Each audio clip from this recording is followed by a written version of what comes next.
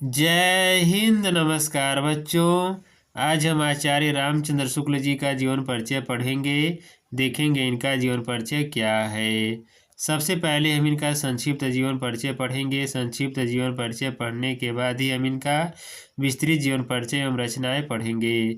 अगर आप इनका जीवन परिचय लिखेंगे तो सबसे पहले आप इनका संक्षिप्त जीवन परिचय ही लिखेंगे। कैसे लिखेंगे संक्षिप्त जीवन परिचय? तो सबसे पहले आप एक फ्लो चार्ट बनाएंगे। फ्लो चार्ट में आप इनका संक्षिप्त जीवन परिचय लिखेंगे। सबसे पहले आप एक फ्लो चार्ट बनाएंगे। फ्लो चार्ट में आप इनका संक्षिप्त जीवन परिचय लिखेंगे। संक्षिप्त जीवन परिचय लिखने के बाद ही आप इनका विस्तृत जीवन परिचय एवं रचनाएं लिखेंगे। तो आइए पढ़ते हैं इनका संक्षिप्त जीवन परिचय। लेखक एक संक्षिप्त परिचय हेडिंग क्या डालेंगे? लेखक एक संक्षिप्त परिचय या संक्षिप्त जीवन परिचय भी आप हेडिंग डाल सकती हैं। जन्म इनका कब हुआ था? 4 अक्टूबर 1884 ईस्वी में इनका जन्म हुआ था। आचार्य रामचंद्र शुक्ल जी का जन्म कब हुआ था? तो 4 अक्टूबर 1884 ईस्वी में इनका जन्म हुआ था। जन्म स्थान इनका क्या है? अगोना बस्ती उत्तर प्रदेश से इनका जन्म स्थान है।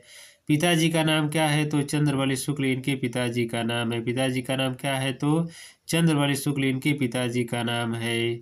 आगे देखेंगे अब हम। मृत्यु इनकी कब हुई थी? 2 फरवरी 1941 ईस्वी में इनकी मृत्यु हुई थी। मृत्यु इनकी कब हुई थी? तो 2 फरवरी 1941 ईस्वी में इनकी मृत्यु हुई थी।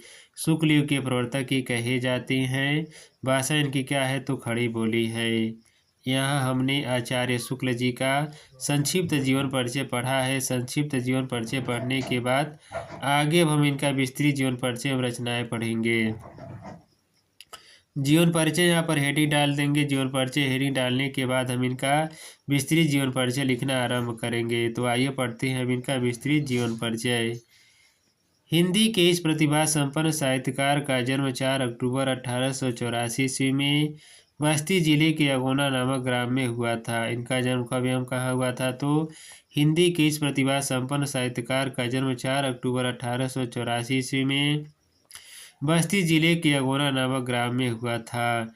इनके पिता का नाम पंडित चंद्रवली शुक्ल था, जो सुपरवाइजर कानूनगो थे। इनके पिता का नाम क्या था? तो इनके पिता का नाम पंडित चंद्रवली शुक्ल था, जो सुपरवाइजर कानूनगो थे। बालक रामचंद्र शुक्ल ने एंट्रेंस यानी कि हाई स्कूल की परीक्षा मिर्जापुर जिले के मिशन स्कूल से उत्तीर्ण की। इन्होंने हाई स्कूल की परीक्षा कहाँ से उत्तीर्ण की थी? तो बालक रामचंद्र शुक्ल ने एंट्रेंस यानी कि हाई स्कूल की परीक्षा मिर्जापुर जिले के मिशन स्कूल से उत्तीर्ण की। गणित में कमजोर होने के कारण इनकी शिक्षा आगे नहीं बढ़ सकी। किस विषय में कमजोर होने के कारण? तो गणित में कमजोर होने के कारण इनकी शिक्षा आगे नहीं बढ़ सकी। इंटर की परीक्षा के लिए कायस्थ पाठशाला इलाहाबाद में प्रवेश लिया, किंतु अंतिम वर्ष की परीक्षा से पूर्व ही विद्यालय छूट गया। इंटर की परीक्षा के लिए इन्होंने कहाँ प्रवेश लिया था? तो इंटर की परीक्षा के लिए कायस्थ पाठशाला इलाहाबाद में प्रवेश लिया, किंतु अंतिम वर्ष की परीक्षा से पूर्व ही विद्यालय छूट गया। इन्होंने मिर्जापुर के न्यायालय में नौकरी कर ली, किंतु स्वभावानुकूल न होने के कारण छोड़ दी और मिर्जापुर के मिशन स्कूल में चित्रकला के अध्यापक हो गए। क्या बताया जा रहा है? तो किस विषय के अध्यापक हो गए?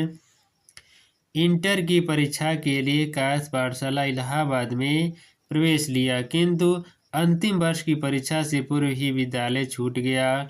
इन्होंने मिर्जापुर के न्यायालय में नौकरी कर ली।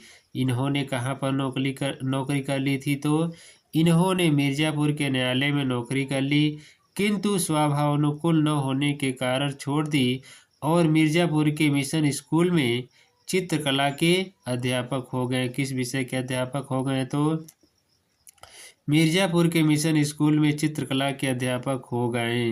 आगे देखेंगे अब हम।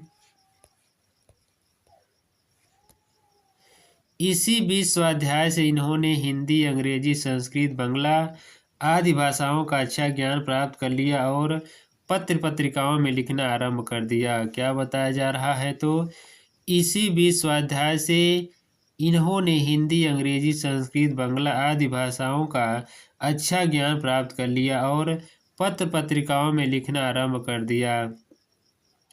बाद में इनकी नियुक्ति काशी हिंदू विश्वविद्यालय में हिंदी के प्राध्यापक पद पर हो गई। किस पद पर नियुक्ति हो गई? तो बाद में इनकी नियुक्ति काशी हिंदू विश्वविद्यालय में हिंदी के प्राध्यापक पद पर हो गई।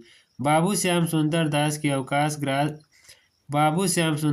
के अवकाश प्राप्त करने के बाद शुक्ल जी ने हिंदी विभाग के अध्यक्ष पद को सुशोभित किया। क्या बताया जा रहा है? तो